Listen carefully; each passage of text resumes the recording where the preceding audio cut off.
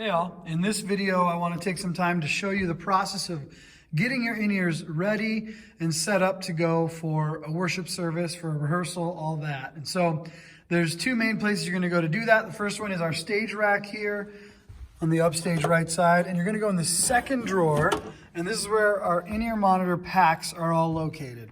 They're labeled according to color and number, and they'll live in those packs, and when you're done at the end of a rehearsal or a service, you'll take them out. So if I was going to use in-ear monitor number 1, I would take this out. I'd open the bag. Once I've opened the bag, I'll see the actual body pack in there or the belt pack in there. One thing to note with these, they are called body packs or belt packs. They include this belt clip on the back. Just be aware, based on what you're wearing on any given Sunday, you're going to need to be able to clip this pack if you're wearing a body pack.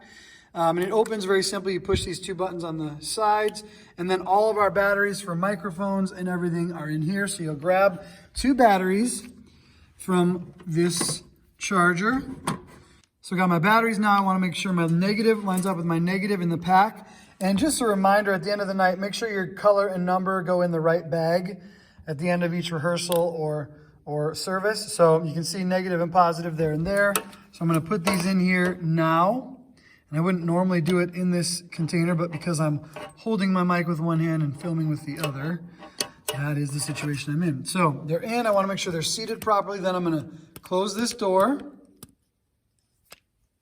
I want to hear it click. Then to turn it on, it's very simple. As you look at the top of this belt pack, there's the power. It goes up to 10. So really, let's look at it the other way. And this is how, if it's on your hip, you'll look down and you'll see it like that. So now it's in the off position. When I turn it on, you will see 2 lights come on right here. So I'm going to twist it. Now you got blue and green. One of those shows that you have power. One of those shows that you have signal. So this pack has signal and power, and this is in-ear monitor pack 1. So that's on. I normally start around 12 o'clock on it. Now I'm going to turn it off for now because this is only part of what you need. So that's the pack portion of it. Once you have your pack, put it on your belt or wherever you're going to clip it. Then you're going to come into this room, room 204. If the light's not on, the switch is right there. You're going to come in here, and this is where we're going to have all of our in-ear monitor headphones and cleaning tools and in-ear foams. So the first time you do this, you're going to want to come into this, and you're going to need to grab foams. There's different types, different sizes. The yellow ones are universal fit. They should fit any size ear, and they work kind of like earplugs. You will end up pushing down and compressing the foam, and then it expands in your ear. There's black and gray ones. The black ones in here are also foam, but they're not one size fits all. And the gray ones are more silicone. The yellow ones are most likely to give you the best isolation, just so you know, unless you know your actual size. If you know your size, then you could certainly pick out one of the other ones and try that. But once you get your foam, then again, this is the one-time deal. In the future, after you've done it, we'll have tape up here and we'll have a marker up here, and you'll be able to label these drawers. And this is where at the end of a rehearsal, you'll put your foams afterwards. You'll take them off the headphones. So you grab that, grab your in-ear foam, then you're going to grab a set of in-ear headphones. Now, these are going to live in these drawers, and they're actually all labeled at the bottom where you plug in. This one's number 1, so I'm going to grab one. As you can see, this one has black foams on it. That's because it's brand new. When you come on a regular week, there will be nothing on there. It'll be the exposed stem of the in-ears. Now, I want to go in real close on these because you can see the red and blue dots. All right, red goes in your right ear, blue goes in your left ear. Just remember, R and R go together. So red for right, blue will be left. That's important for when you actually put these in. So because this is brand new, there's no shape to these, but these will actually bend where the in-ear portions are, and they'll bend and go over your ear. I'll walk you through that process. But the main thing is you want to make sure that you put your foams on these ends, okay?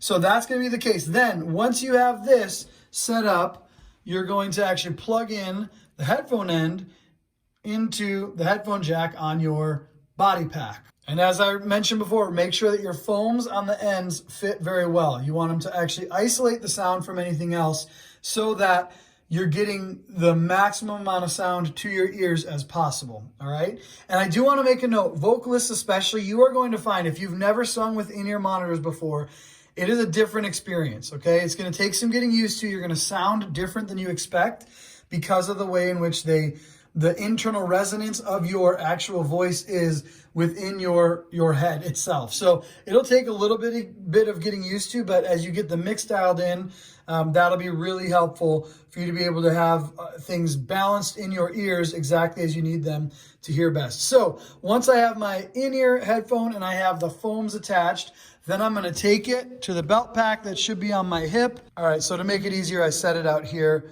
so I can just hold this up. All right, so again, I showed you how to power on the packs. You're going to put that on your hip. You're going to power it on.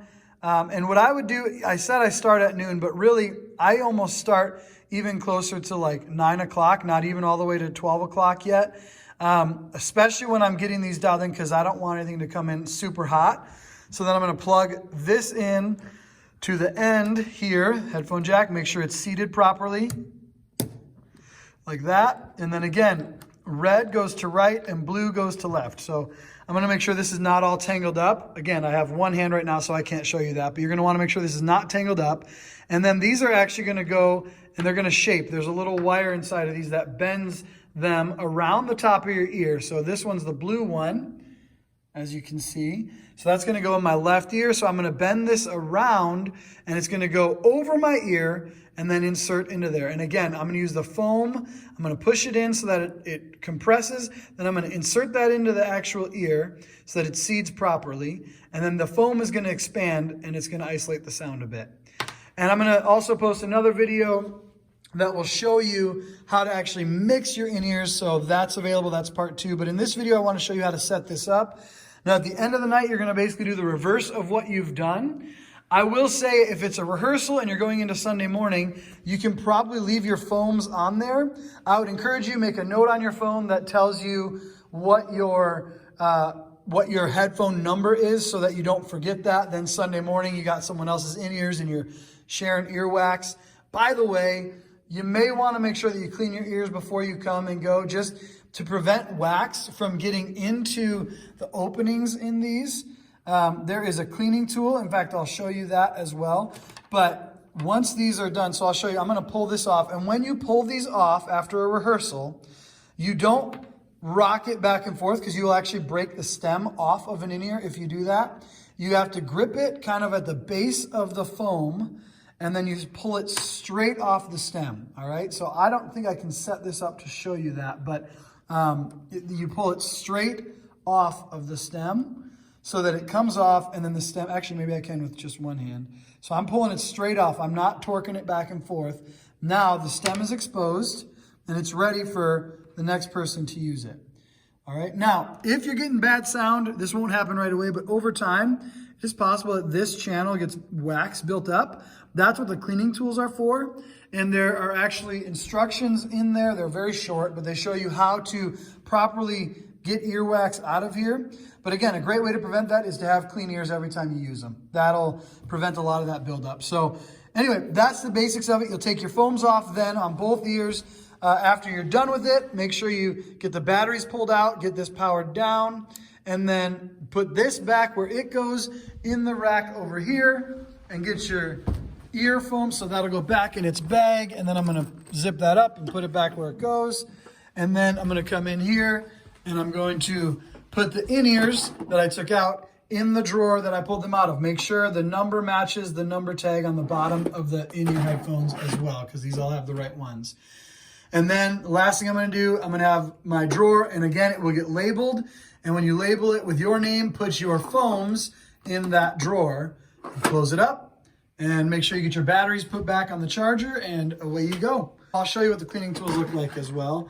And again, these are the instructions for how to do it. There's a bunch of these tools in here, and it'll walk you through it, but I don't even know if I can get this on the video, but there's a little kind of a wired hook on this end. There it is. And that'll gather earwax from inside those canals in those extra tubes on the end of the in-ears. So hope this helps. Looking forward to this. Again, there's a learning curve with it, but I'm really excited about where this can position us and help us all hear better and open up a few more tools that would be available at our disposal down the road. So really hopeful this will be a helpful tool for all of us serving in this ministry. Thanks so much. If you have questions, I'm always available. Thanks. Bye-bye.